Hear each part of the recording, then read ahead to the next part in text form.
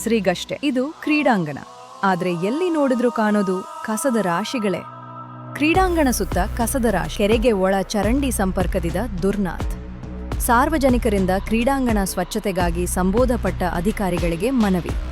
ಹೆಸರಿಗಷ್ಟೆ ಇದು ಕ್ರೀಡಾಂಗಣ, ಆದ್ರೆ ಇಲ್ಲಿಗೆ ಒಮ್ಮೆ ಭೇಟಿ ನೀಡಿದ್ರೆ ಒಂದು ಕ್ಷಣ ಕೂಡ ಅಲ್ಲಿ ಕೂರಲು ಸಾಧ್ಯವಿಲ್ಲ.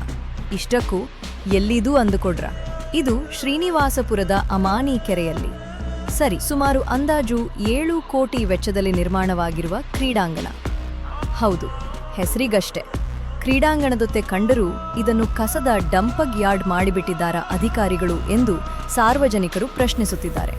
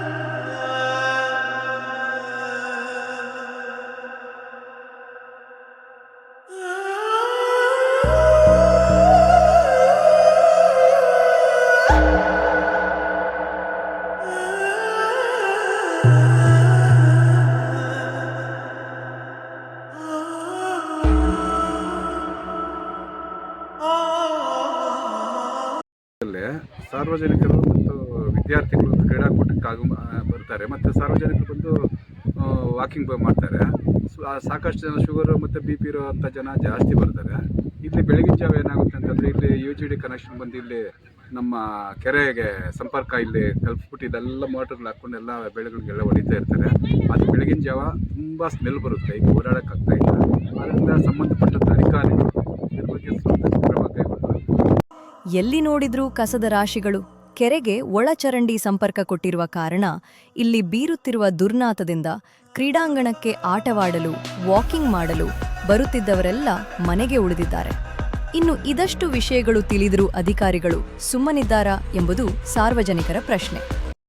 ಅಂತ ಹಿರಿಯ ನಾಗರಿಕರು ಇವತ್ತು ಶ್ರೀನಿವಾಸಪುರ ಸ್ಟೇಡಿಯಮ್ಮು ಸ್ವಲ್ಪ ವಾಕಿಂಗ್ ಮಾಡೋದಕ್ಕೆ ಚೆನ್ನಾಗಿದೆ.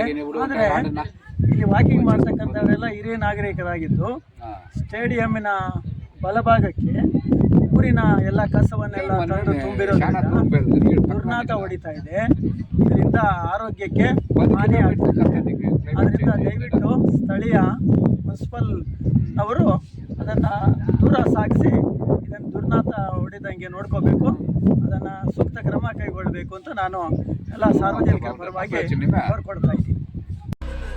ವಿಶಾಲವಾದ ಜಾಗ, ಸುತ್ತಮುತ್ತಲಿನ ಪರಿಸರ, ಮನಸೋಲುವ ವಾತಾವರಣಕ್ಕಾಗಿ ಕ್ರೀಡಾಂಗಣಕ್ಕೆ ಬರುತ್ತಿದ್ದವರು ಇತ್ತ ಮುಖ ಮಾಡುವುದನ್ನೇ ಮರೆತಿದ್ದಾರೆ. ಹೀಗೆ ಮುಂದುವರಿದ್ರೆ ಕ್ರೀಡಾಂಗಣ ಸಾರ್ವಜನಿಕರಿಲ್ಲದೆ ಖಾಲಿಯಾಗುತ್ತದೆ.